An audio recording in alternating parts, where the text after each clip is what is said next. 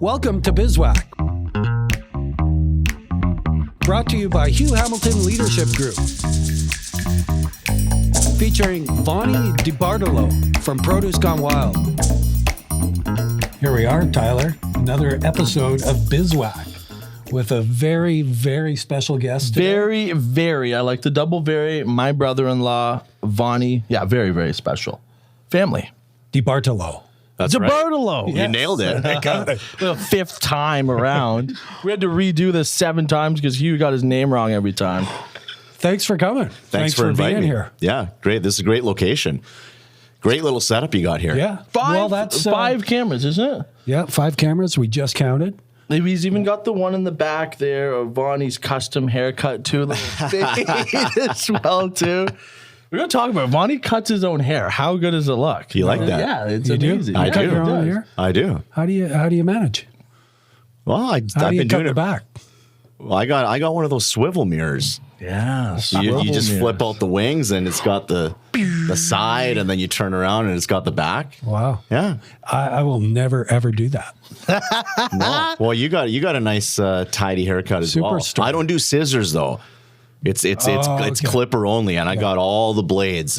Wow. So yeah. Still will never do that, but good for you. It looks good. You know, I this guy here keeps wanting to come Yeah, to that my one- barber yeah, shop when it opens. yeah. It's only open. I told him it's only open for about 30 minutes about every 5 or 6 weeks. So every time. awesome. Every I've time, never heard it's of like an inside joke with Vanni. I'm like, oh, new haircut. Where'd you get it done? Wow. And you do different styles? once in a while, I did a different one this time. He picked up on it. Yeah, you but got the little. it like, grows out so fade- fast. The fade so. hawk going in the back. Okay, nice. Hey, we want to know about Produce Gone Wild. PGW. BGW. I'll tell you anything you want to know. Beginning. We wanna know it right all. at the beginning. Oh, you want to go right to the beginning? Okay, Sure, we want to go. Well, we're in our 8th year of operation. We opened up in 2015 with the first store. There's 2 store locations. So the one downtown Chilliwack on Alexander Avenue. That was the first? That was the first one in 2015.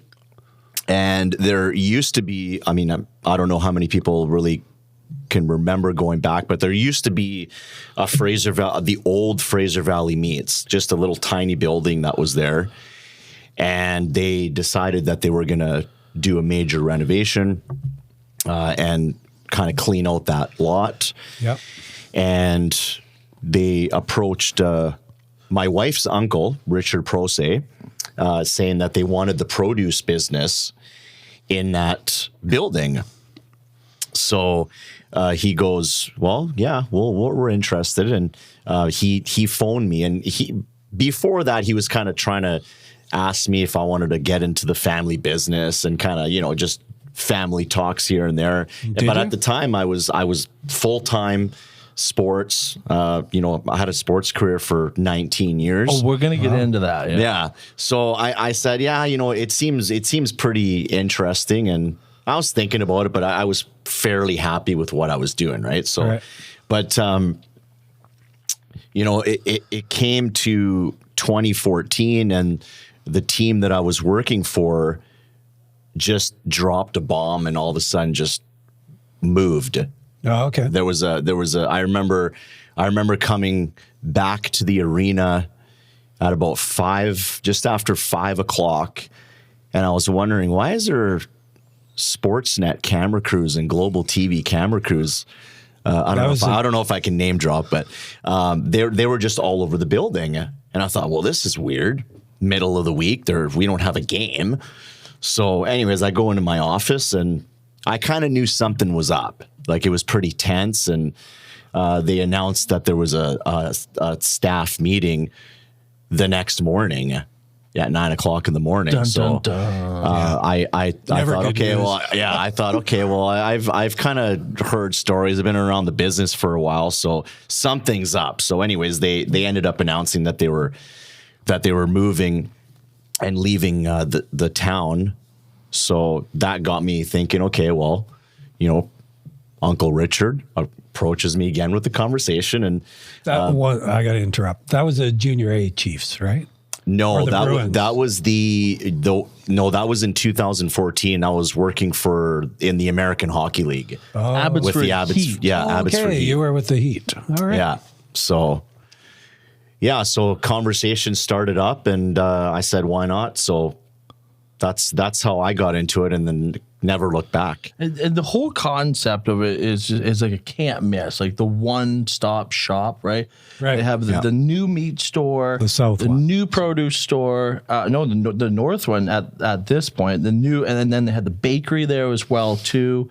And then, how long did that go before South Produce Gone Wild South opened up? Yeah, so in 2015, the first store started, and then 4 years later, in 2019, they decided to do the same thing at the Fraser Valley Meats in Sardis.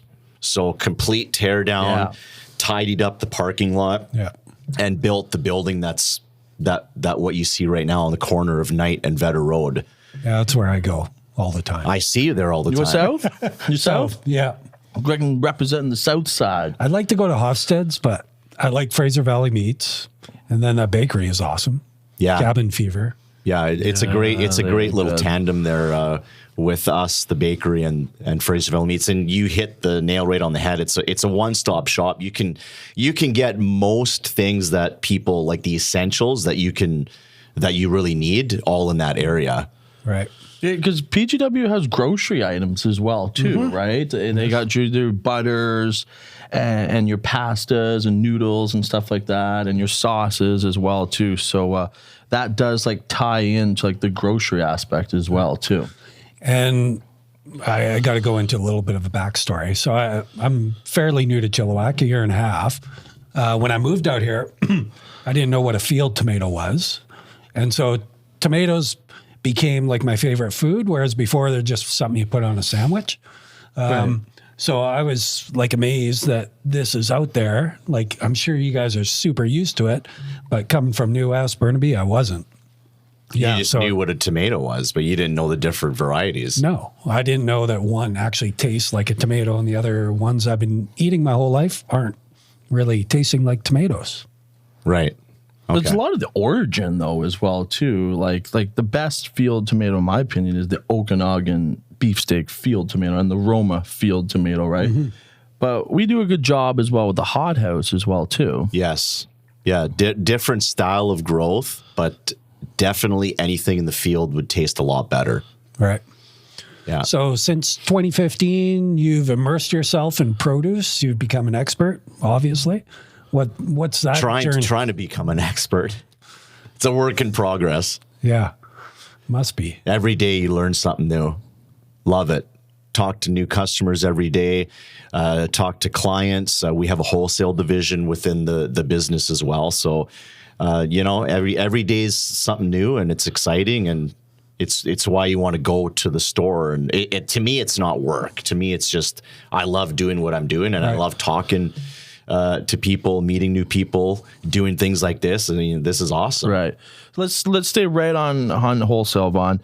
It gives you a chance to do some name drop, talk about how you guys are out there and helping these businesses achieve their goals as well in wholesale. Yeah. So when we first started the store downtown in 2015, I thought to myself, well, how can we get into the market and expand without, huge leaps and bounds? I mean, everything just starts from scratch. And I thought to myself, well, how do we get into the restaurant business?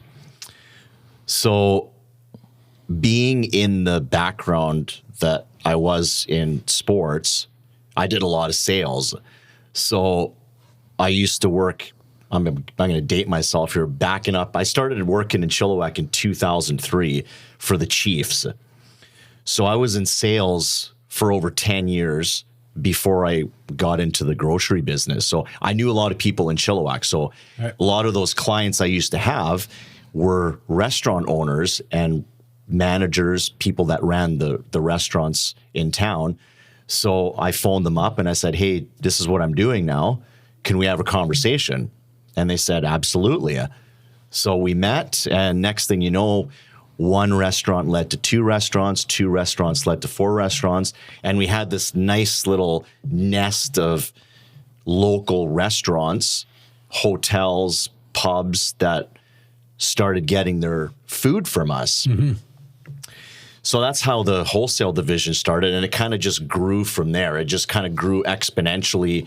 By year 3, it was double than what it started. And now 8 years later, both stores are separated with restaurants on the north side of town and restaurants in the Sardis area of Chilliwack. Okay. So Vanni, talk about sales way back. Yeah. He has a couple good staples to his name. At one point, one season, he was the best salesman in the AHL for ticket sales as well, too. And also, I sell tickets too for the Whitecaps. Yeah. So. Oh yeah, that's right. Yeah, but soccer's sales boring. Yeah. We want hockey. Group sales tickets is where it's at. I'm telling you. Yeah, even doing cold calls, calling people, right, getting references and stuff like that. That's not always easy to do. But the other one as well too is he has one of the best sponsorship packages of all time. It was the longest standing sponsorship in junior for the Chiefs. Oh, that's right. That was, what was that? I think that was a 7-year contract. 7-year sponsorship. It was still going well after I had left. So, and they still talk about it in the office all the time. Oh, wow. It just hasn't been matched. Yeah. But yeah, I thought that was interesting. Yeah, I can see you in sales. I can see it now. And that's the beauty as well too, is you take your sales career in one place and then just move to the other, and it's just like making relationships, maintaining, establishing these relationships. Relationship building, maintaining. Yeah, I totally see that. And so some of the restaurants you're supplying, can you name them? Because I know your quality is high at PGW, because I go there a few times a week. So what restaurants? Just so I can keep that in mind next time I'm going out, something to eat. Well, just off the top of my head, one of our major ones is Major League Sports Pub, or Major League Tap House is what it's known. We have Jim's Pizza. I've heard that's good. Yes, the one in Sardis, not the one downtown. We have Paliotti's downtown. I love those guys. Yeah, great guys. Michael does a great job there. He sure does. Fortitude Wine Bar. Oh, okay. In District 1881. Yeah. Field House, which is right around the corner. I like from Field that. House. That's they're doing a great job down there with all the renovations. Yeah. They really, have you walked through there yet? I have. Yeah. It's great at Christmas time. Yeah. Yeah. Okay. I didn't think about that. I'm looking forward to that. What about so was it Fieldhouse? You talked about you went to Fieldhouse a few times. Yeah, I've been there a few times. Really what are you ordering? When do you go there? Spicy mac and cheese. Whoa. Okay. And the pizza. Pizza is really good. I've had that a couple times. I took a friend from Burnaby. What did he have? He had the soup and Italian sub, but he said the soup was, every time he tasted it, he's, I need some, oh, wow, this is great. Every spoonful, the guy loved it. So, yeah, I like Fieldhouse. Yeah, they're great. Great. So, and that area is expanding. There's actually another restaurant / pub that's just opening up that has contacted us. Hasn't done, no done deal yet, but it's imminent down the road here. So, but there's not as many restaurants on the north side of town than there is, I found, in Sardis. Okay. So, and during the COVID year, a lot of restaurants got hit really hard. Yeah. So we actually lost a number of businesses as well. Going back to the Sardis area. Well, I mean, a major one. I should name drop this because he's a good friend of mine, Joel Hill, Joel and Karen. They were actually the very first people.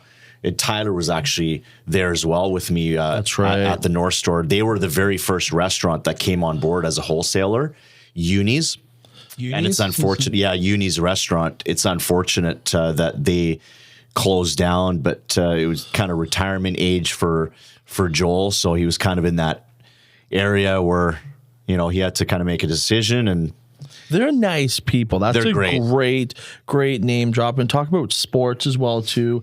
As I know, back when I worked with the Huskers and stuff, and for the Chiefs, they are support their community. And that's one thing I know Hugh's going to tee you up for down the road here. But Joel and his wife are wonderful for the community. I appreciate that Uni's name drop. That's what we're looking for. That's good one. Yeah. Well, it's good. That's great. It's good to hear that you're supplying those restaurants, and so they're serving that.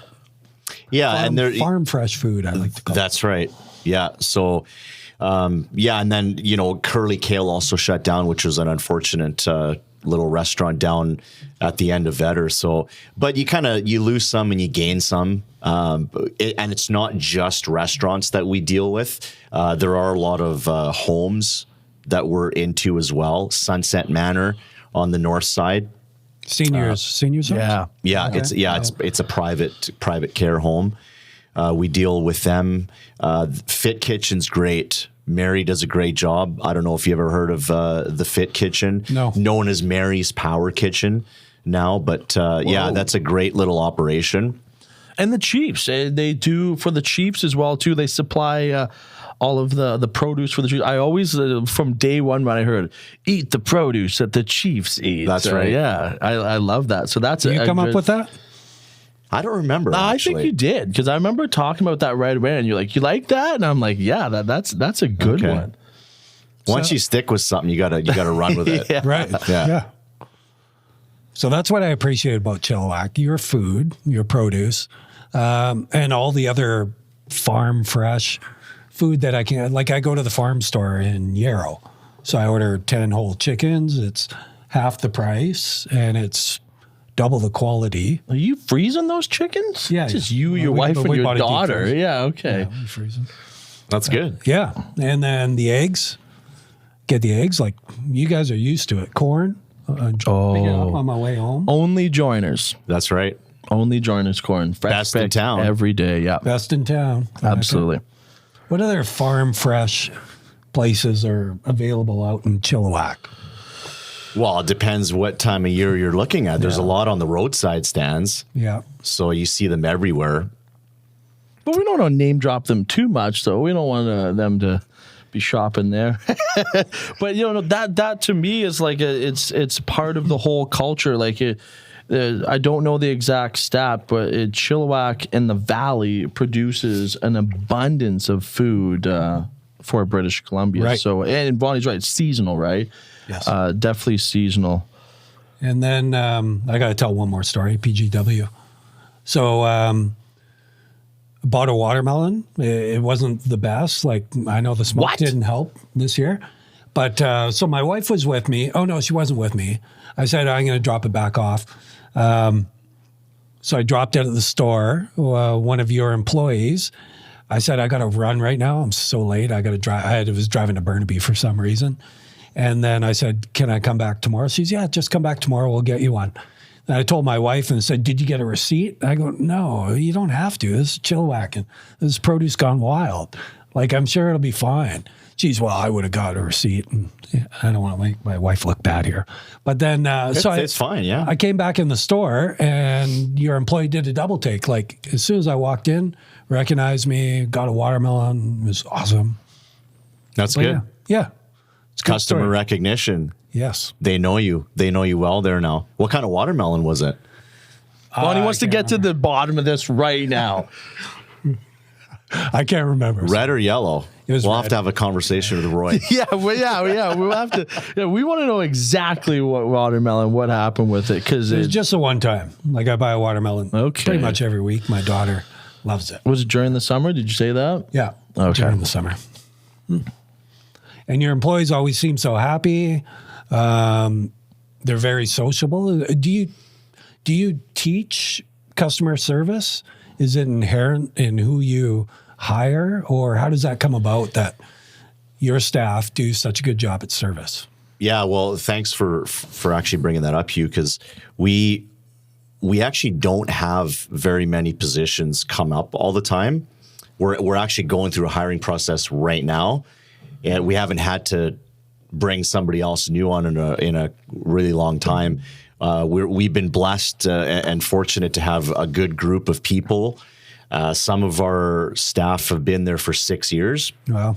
So, yeah, I mean, we are diligent in how we go about bringing people in for interviews. I don't want to say it's a thorough process, but it is, because I don't want to just get anybody. I want to make sure that we get the right fit in the store, that it works for the person that's looking for the job, right? But also that it works for us, that, they meet what we're looking for, the criteria, because we've built a culture within the store in the last 8 years. So don't want to kind of disrupt any of that. We kind of want to complement that every time we hire somebody. So, yeah. And yeah, I've been so grateful that we've had longevity with our staff for a number of years, and seeing them grow year after year. Right. That's been awesome to watch as well. So yeah, a little bit of teaching here and there, but a lot of it, believe it or not, they've picked up on their own, and it's just personal traits that they have within themselves that they bring. Well, retention is probably the biggest challenge facing employers right now. So congratulations, 6 years. Some of your staff, that's awesome. And I geek out on this stuff, right? So I want to just go in to that interview process. And is there a question or two questions that you always want to ask that really tells you a lot about an individual? Can you bring something like that up from memory? Well, usually I start the screening process by looking at their resume. Mm-hmm. And I always want to know, one of the first things I always ask is, why do you want to work for the company? I always thank them for their interest, right, but I want to know why they want to work for the company. And a lot of times they're interested in food, or they just want to continue in the customer service experience. So, because I want to have, I only hire people that want to be there, not because they're just looking for a job, right? Right. So a lot of these people that have come in have been really passionate about wanting to work in the industry. And I understand a lot of them are looking for a job, whether it's an after school position or whatnot, but I want them to want to do what the job entails, because then they're going to have fun doing it.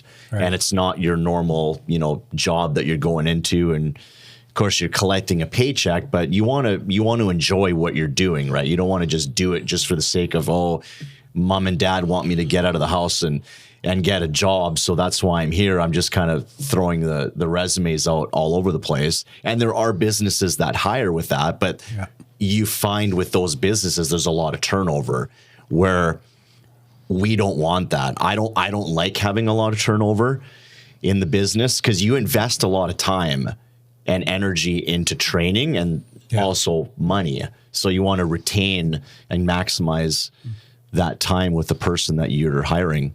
That's great. There's some really good points there too, is just elaborate. Even the training, it's not like, even training someone at the tail and stuff like that, and they have to be like the fine-tuned motor skills. They have to be able to work a knife and stuff like that. So there is a lot of employees that have worked there I think I worked there for a couple years. It was a lot of fun, especially getting to work with Vanni as well too. We had some fun. That was at PGW North, kind of like the startup process, but it's just, and I know you would agree with me. It's a place. It's a bit of I say this the right way. It's a bit of like a prestige job. Like, it's a bit of an honor to be able to work at PGW, because it is a place where you have to check off all the boxes. You have to be, very sociable. It's not like a superstore. Someone who's running people through the tails, just kind of get through. Like, there's a lot of elaboration and a lot of talking, and a lot of you have to read up on these items, and because there's a lot of questions that are coming your way as well too, especially when you have these exotic fruits and stuff like that. So that was really, really a good point too, is training. Like, you train these people, and it's not just an easy show up and train them. It takes months to be able to train these people. Do you like training people? I do. Yeah. Yeah. I like, because then you know that if something goes wrong, it's on you. But I always tell them, ask questions. Don't be afraid to ask questions. If you're not asking me questions, I'm just going to assume that you know everything. I don't know everything. So if you don't ask questions, there's something wrong.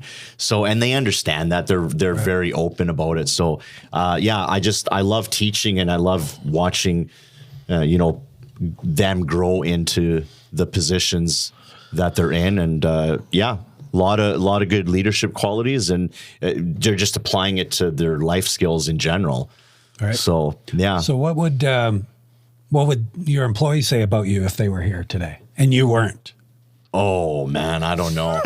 What would they say, Ty? No, they would say positive things. They'd say Vanni is a very thorough guy. He's clear on his instructions. He expects you to produce in the produce world, and he's fair. It's good, fair love. Even working for Vanni, sometimes you'd get that text after hours and be like, "Hey man, what's up with this?" Like, yeah, shoot. The one thing I'll say is that I'm not one of those micromanagers. I don't like doing that. Yeah. I give people a long leash, but I expect them to do what they're supposed to do. I don't like micromanaging, and that's part of the culture that we've created there, and that's why people love working at Produce Gone Wild. So, but having said that, I do expect a lot. Mm-hmm. And when I have to be firm about things, then I'll be firm about things. But in general, they do understand what they're supposed to be doing day in and day out. So in that respect, I'm glad the way that it's going right now is for me, I don't always want to be in the spotlight with them, and I want them to kind of take ownership of certain things and learn from the mistakes, which is, you can make a mistake here and there, which is fine, but that's how you're going to learn, right? If you don't make those mistakes, then you're not learning. Well, because you're busy as an owner operator as well too, because you still do deliver your own wholesales as well. That's too. Right. Yeah. So and this is just your day job.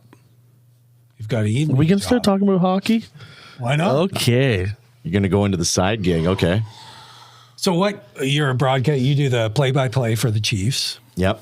Yeah, he does. How'd you get into that? Oh, by the way, for those who don't know, Ty does the color, so these two are a team. We are. You got the tandem. Yeah, we have a lot of fun. I always remind everyone, Vanni's the professional. I'm just the sidekick. I'm definitely his Robin for sure by default. Well, it's a great relationship. Yeah, it is. It's great. Yeah, it's fun. But you asked him how he got into it. Let's not get sidetracked. Little BCIT graduate. Okay, so I guess we'll start there. So, BCIT. Yeah, my family moved from Trail, which is in the Kootenays, if people don't know where Trail is, BC, in 1996. So I moved here, finished high school, graduated in 1999, and then during that, I knew at a young age that I love sports. I'm very passionate about sports. Not every single sport, but most sports. And I knew that if I couldn't play, that I somehow wanted to be involved in the game. So I always watched hockey. I always watched soccer. I always watched baseball. So I started becoming very fascinated with the person coming out of the TV and the voice. So I thought, okay, well, this is cool. I'm going to try doing this. So I wanted to go into broadcasting. So I applied at BCIT, didn't get in the first time, which was actually a blessing in disguise because I had applied to the wrong program. And they said, oh, no, you don't want to apply to the journalism side of things because if you want to focus on play-by-play and announcing, you should get into the radio side of things because that's where they kind of hone your craft. And there's also TV in that program as well. So I thought, okay, well, I didn't get in the first time. How do I get in? So I phoned some of the instructors there, and they said, well, you can build your resume up by doing volunteer experience. So then I went to Shaw, which is no longer in Chilliwack. They had a little cable company here, worked at a couple different radio stations, and just did volunteer work and built the resume, then got in 2000. And it was a 2-year, they say it's 4 years condensed into 2. So I graduated in 2002. And in my last year, I got wind that there was a sports radio station opening up in Vancouver called Team 1040. Right. So I thought, well, this is great. I got 1 year left of school. So I applied, got the job, entry-level position. Not bad hours. I didn't have to do the graveyard. I think I only did that once or twice. But I got to meet a lot of people. What were you doing? Just the entry level producing, board operating. Okay. Just making sure the station doesn't go off the air, pretty much. Plugging in wires. Yeah.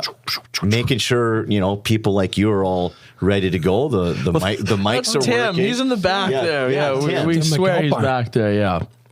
So, and they try to get you involved in a lot of things. And they said, well, what do you want to do? And I said, well, I want to do play-by-play. So they said, well, okay, well, you can't do that right now, right? There was people that have been there for years and years. Bob and years. Cole's not ready to retire yet. But so they said, well, the Canucks are playing the Blues in the playoffs, and we need a beat reporter. So I said, okay. So I was excited. But then I went to, it wasn't my first NHL game, but it was my first job in an arena. Right. And I was 21 years old. Did you have a suit on? I did. Yeah. Yeah, that sure I mean, there was looks good. people that were like, dressed like we are right now, right? But I mean, I'm thinking, okay, well, I got to look proper here, right? And then I'm looking around, and there's just, a lot of older guys, a lot of guys that are still there to this day. So, it was a great experience. And from there, I ended up staying in Vancouver for another 4 years because they kind of retained me at the radio station. But then I also got a volunteer job doing play-by-play with another classmate of mine, and it was for Langley. They were called the Hornets at the time. Hockey? Yes. I don't think I've heard this story. Yeah. haven't So heard of this is one. actually how I got in. So it was the Langley Hornets. He got the play-by-play position, and I got the color position. So it was fantastic because in our class, there was over 700 applicants in the BCIT program, and they only take 42 seats. So out of those 42 people, they say, okay, this is the sports program. If you want to kind of go towards this area of broadcasting, you can, but you got to make sure that it's the right fit. So they have proper teachers there to, at the time, BCIT had its own radio station. You do theory in the first year, and then once you're in your last year, you actually have to run the radio station 24/7. So there was a team there called the Burnaby Bulldogs. Yeah. In the BCHL. Yeah, you remember. So they had their radio rights. So the class, all the people that wanted to get into sports had to go and do these jobs. So play-by-play, color, intermission hosting, camera operating, post-game shows, interviews like with the players and coaches. So all the different, entities that are involved in a broadcast.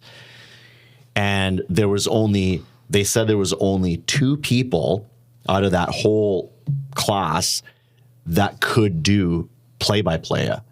And it ended up being my classmate who got the job with Langley and myself. He doesn't do it anymore. He's actually, I think the last time I heard, I was just going to ask. Yeah, he doesn't do it anymore. He's actually, I don't know if he's the president or he's really high up in BC Tree Fruits.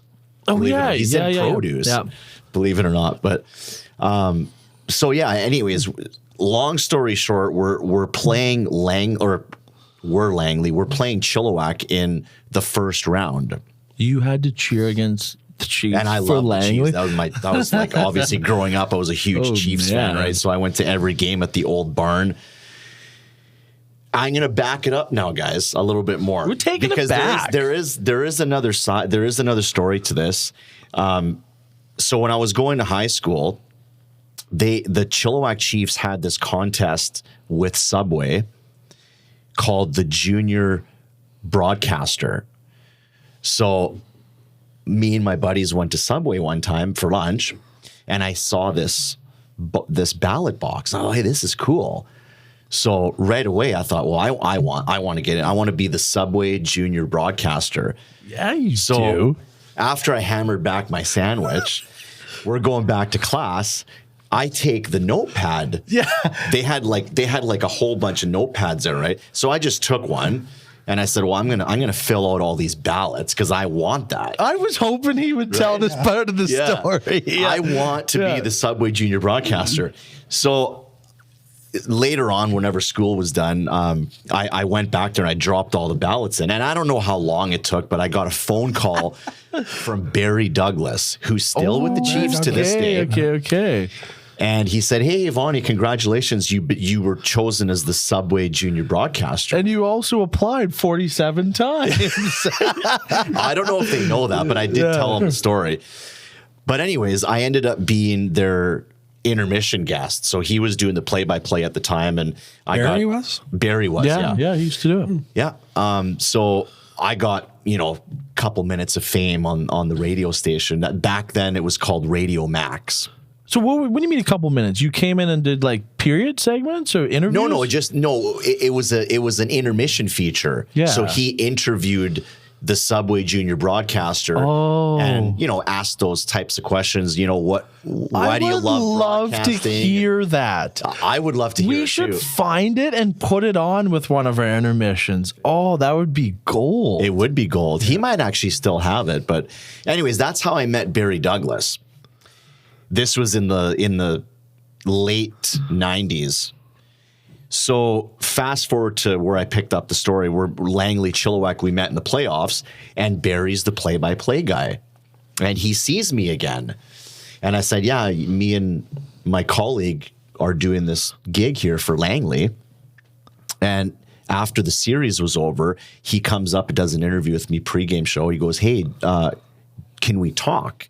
Because I'm actually looking for some help in Chilliwack next year. Right on. For a sales position that could be coming up, but I would also like the broadcast as well, because I'm getting so busy that I can't do the marketing side as good as I need to. Yeah. So he just wanted to focus on the road broadcasts and wanted to get a play-by-play guy for the home games, and then they would do the color on the road. So I thought, okay, well, that's kind of intriguing.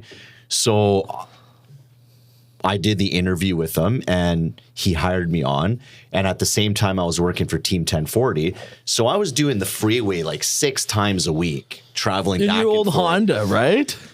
I think so. Did it have the sub? Yeah. With the Honda with the Honda subs. Ford. Yeah.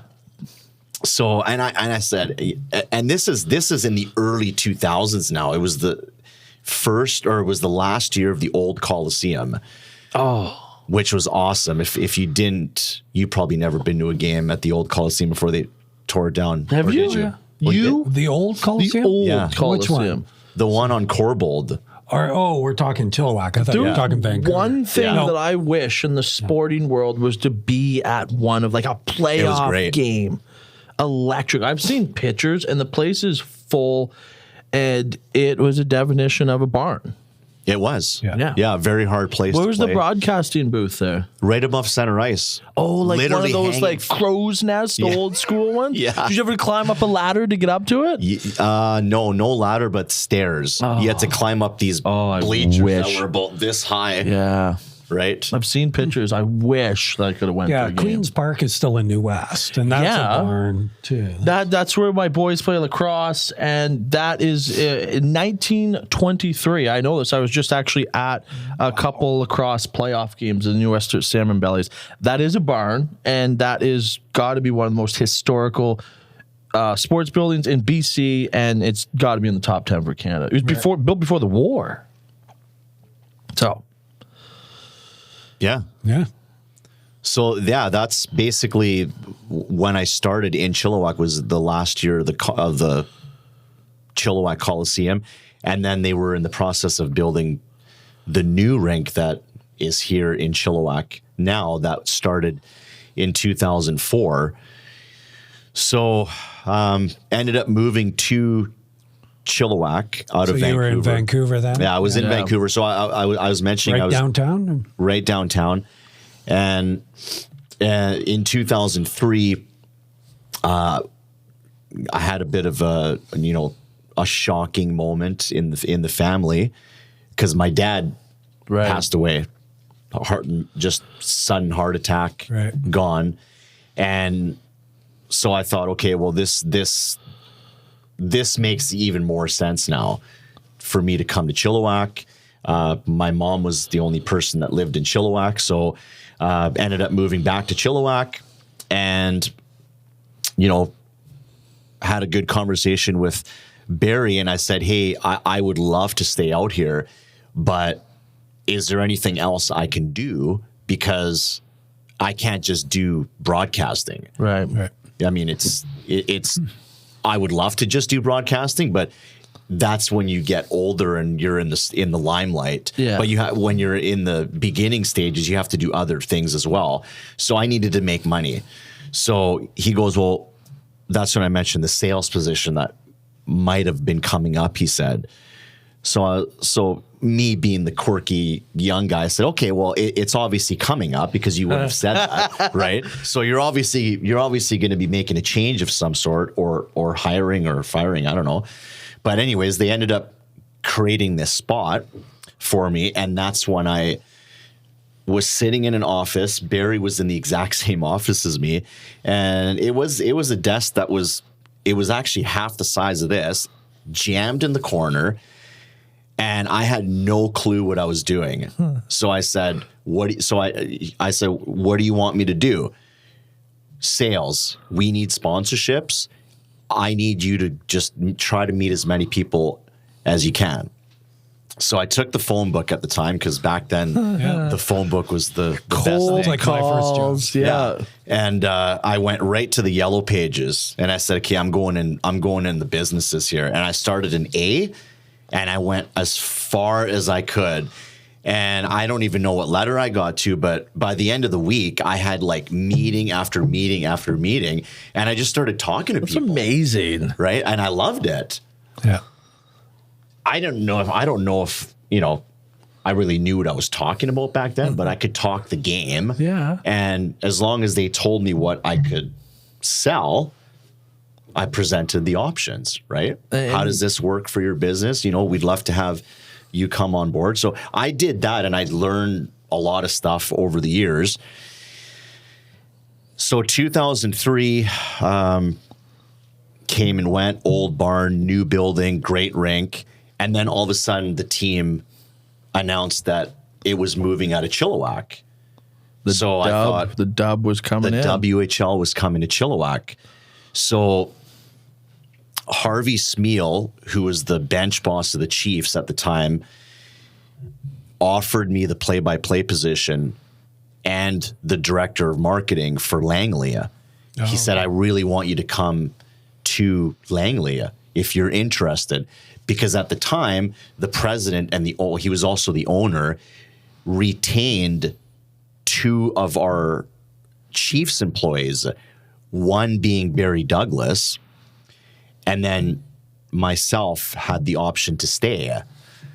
So I thought, well, I mean, I love Chilliwack, and Dad just passed away last year.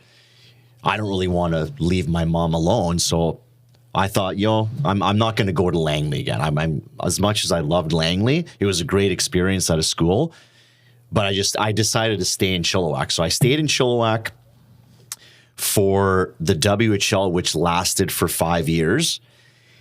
But I didn't stay the entire time. During that, I think I was there for a good 4 years. The Abbotsford Heat came and the AHL in Abbotsford. So I actually got a job with them.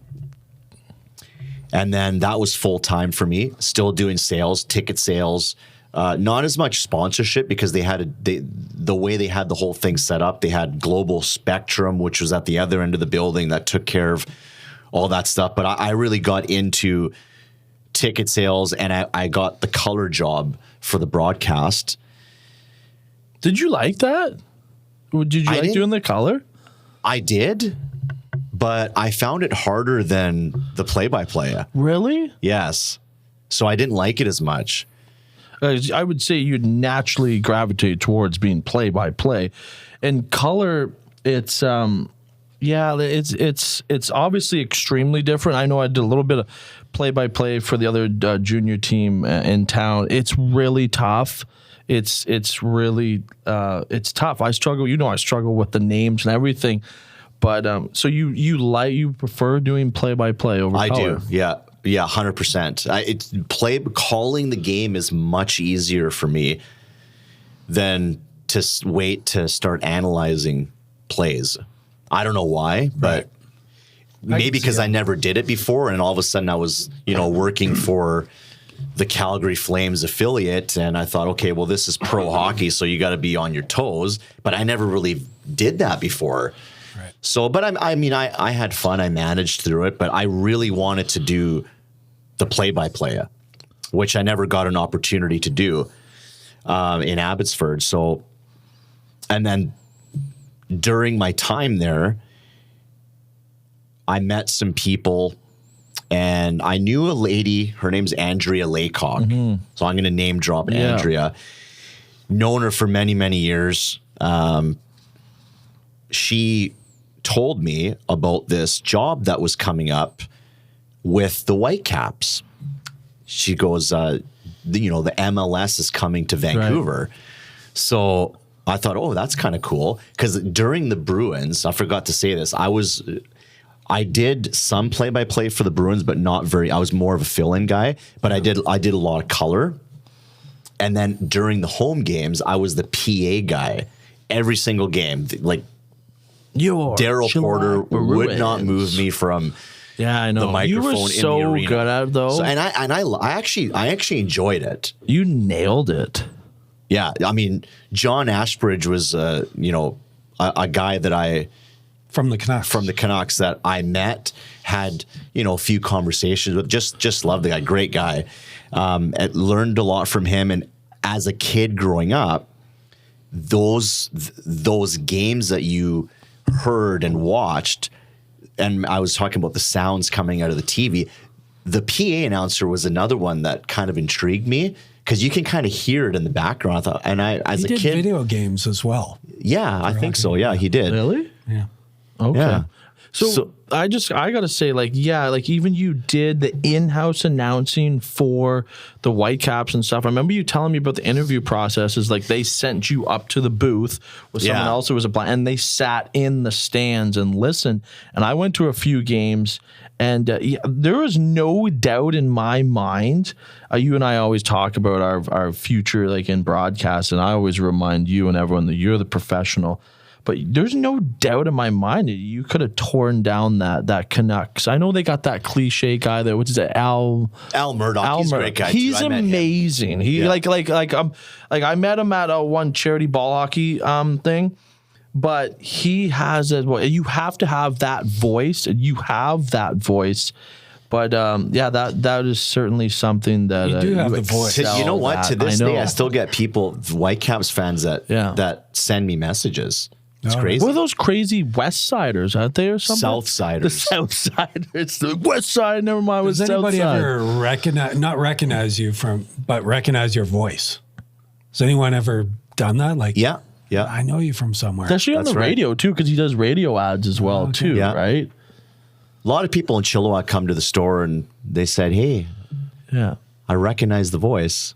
And then they want to talk about the Chiefs. I don't actually right? think it's different. I think it's completely different, but a lot of people say it's not. We got to fast forward a little bit though to like current Chiefs as well now. You know, let's halt there. Let's talk about the RBC Cup really quick as well too. That was a blast. You did all, what was it, 16 games? Right up to the final.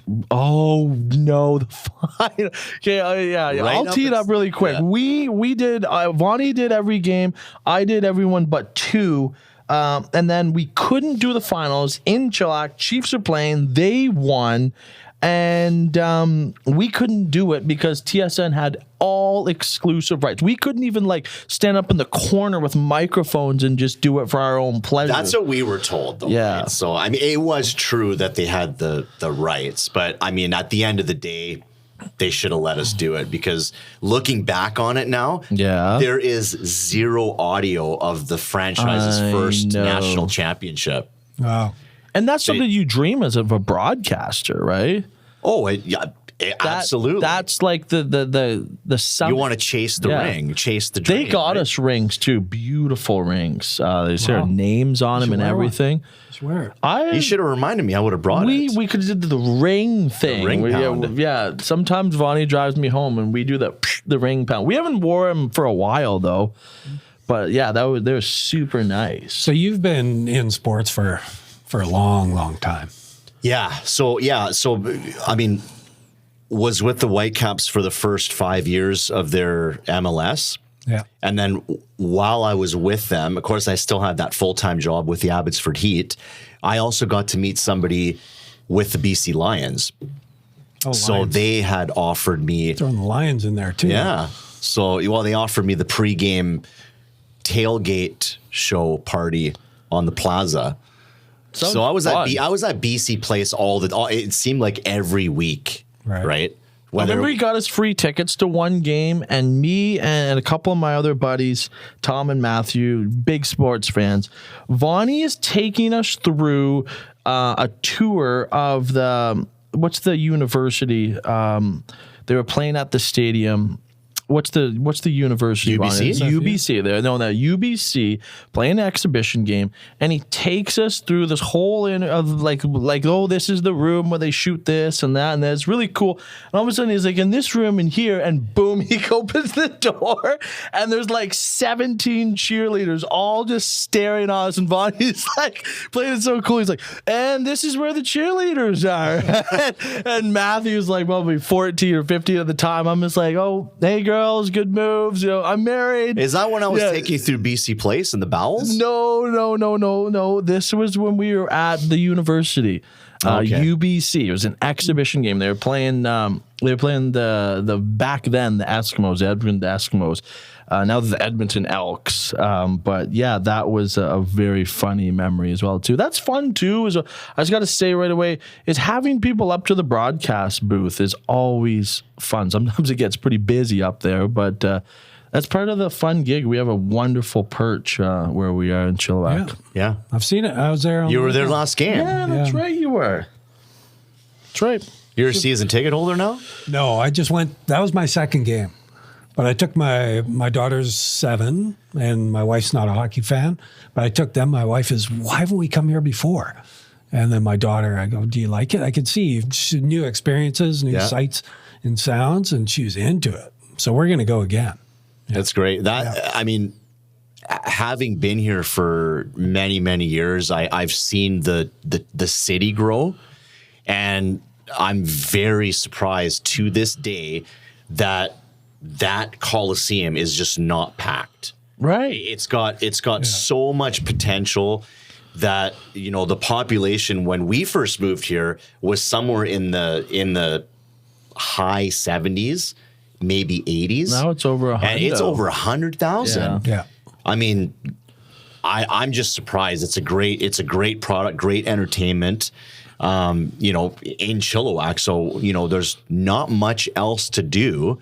And, you know, they put on a great show. It's great for families. It's great for young people, great for old people. So I'm really hoping. And how great is that venue when it's packed? Yeah. You and I, you saw This it. year. RBC yeah. Cup. You couldn't even get a seat. Yeah, it was right? amazing. So they're obviously there. They can come, but when that building's packed, It's good for the players it's as well, great too. for the players. And we're off to a little bit of a slow start at home.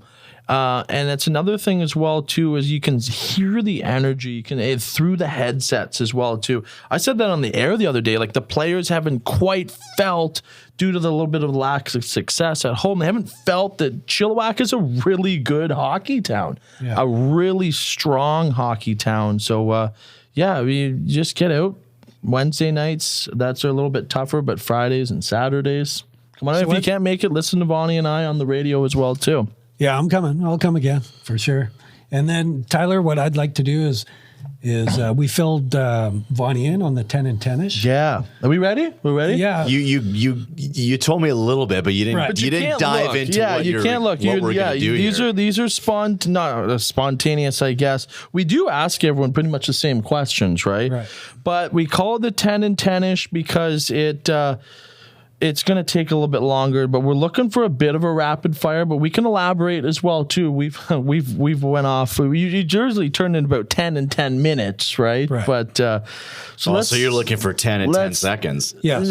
You answer quick, and then it might start a conversation. It's going to start a conversation, that's for sure. Okay, so there's no drum roll or anything like that. There's no introduction. 10 in 10ish with Vanni De Bartolo, my brother-in-law from Produce Gone Wild. What is your favorite restaurant in Chilliwack? Paliotti's. I love Going Italian. with the Italian descent. Yeah, Yeah. of course.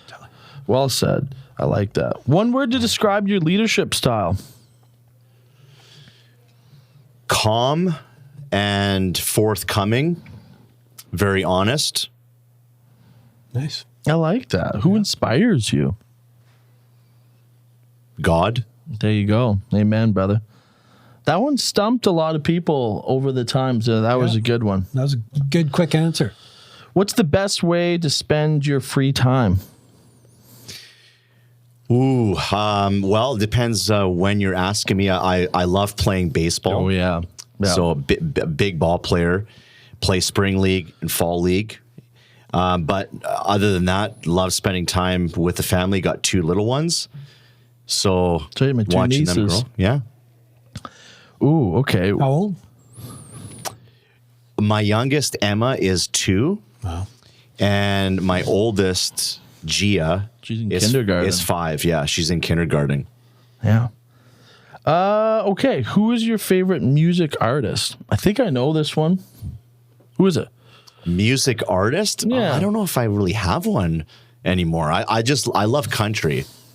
Yeah, that's right. Yeah, He it's all- does. all- I don't really have BGW. one favorite.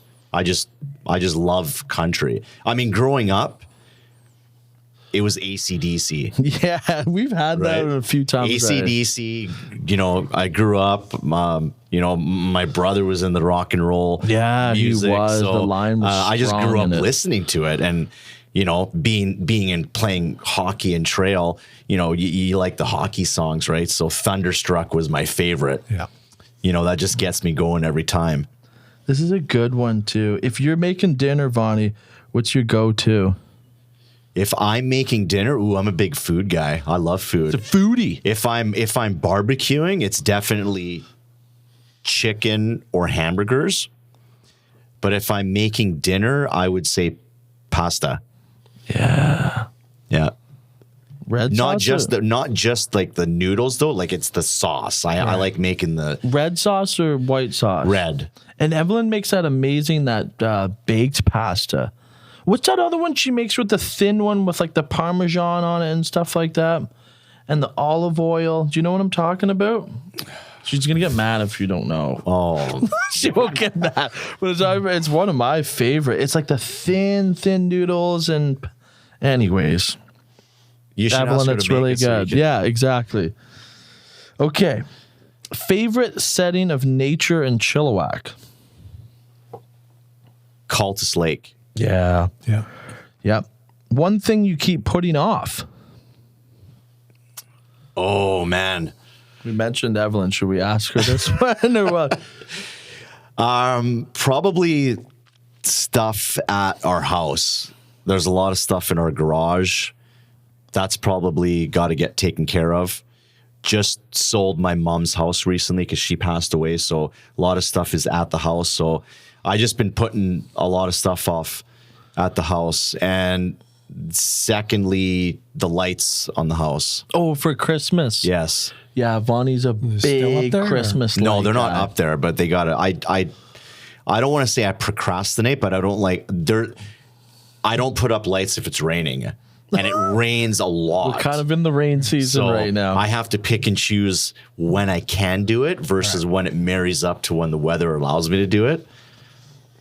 How about going and repairing that nick we put in the wall at your mom's place?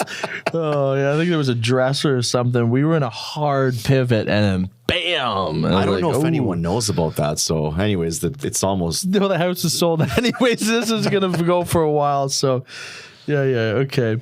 Oh, this is funny. Where do you do your food shopping? Well, me personally, I go, obviously PGW.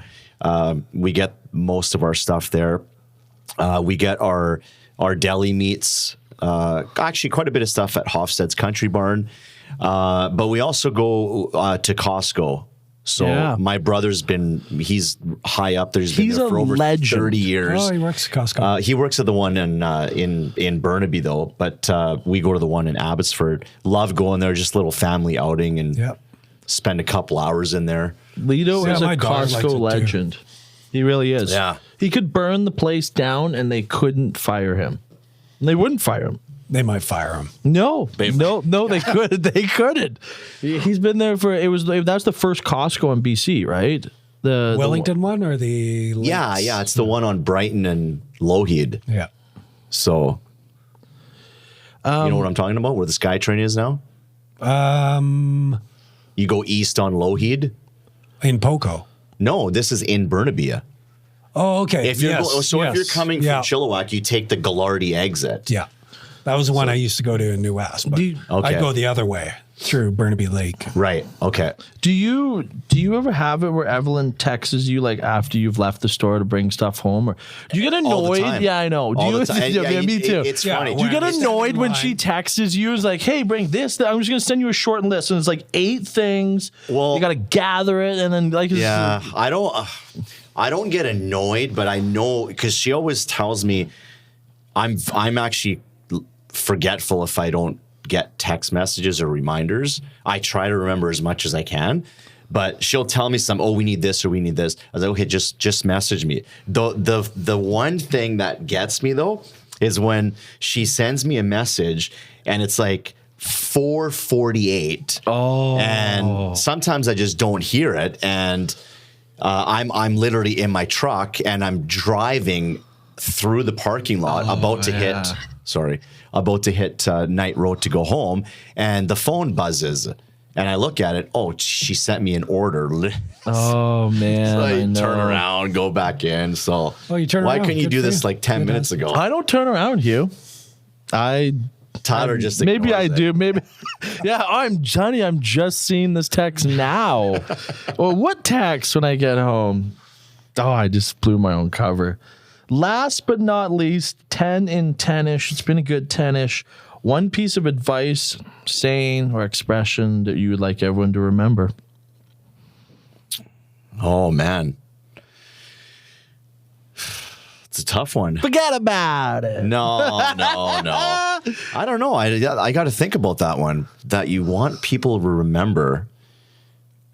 Work hard. Be diligent. Yeah. Yeah, okay. Just Okay. work hard. Be honest. Right.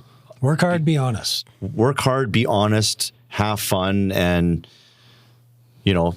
people appreciate hard work and honesty.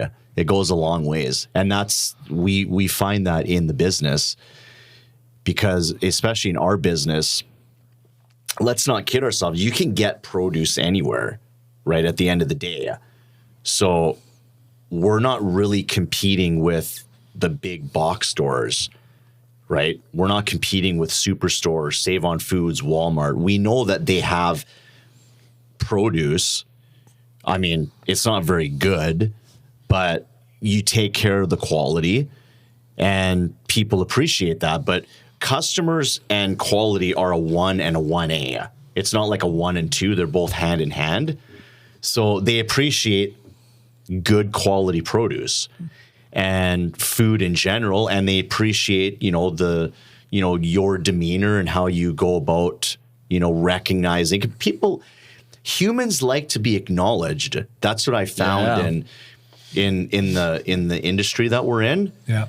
You see a lot of stuff. It tests you sometimes, but you see the intelligence in a lot of different people working in this business, and they just love being acknowledged. Hey, how's it going? How can I help you? Right? If you recognizing when they're walking around the store, they're either thinking about something, or maybe they can't remember something, or they can't find something. So just being approachable, right? And letting them know that, hey, someone recognized me. I'm here, and actually this is what I'm looking for, and then have a conversation with them, help them find it, or answer questions about different products. I don't have all the answers to everything. I mean, a lot of stuff, the one thing I always tell people, like when I say people, it's my staff, is don't say, I don't know. Yeah. If somebody asks you something, like, I don't want to hear you say, I don't know. Just say, well, let me find the answer out. Right. And then just go and if you go ask one of your other colleagues, or just ask me. And if I'm not there, just phone me. Right. And if I don't have the answer, I'm going to try to get the answer fairly quickly. And if I have to, I'll take your phone number. I'll phone you back. Yeah. Nice. So, well, this has been our longest podcast. This has been great, bro. And I liked how we ended with that business talk aspect, because we talked about a lot of stuff, especially sports, which we could talk till we're blue in the face. But thank you so much. Thanks for coming. Appreciate it. Really I appreciate you having me on. I love the name BizWack. Who came up with that? That was me. Oh, good job, Hugh. And thanks always to Tim McAlpine, our producer, in the lovely studios here at Cowork. Ty, you were great. Vanni, you were greater. Thanks a lot for coming. Thank you, guys. Okay, that's it for BizWack for today. For today.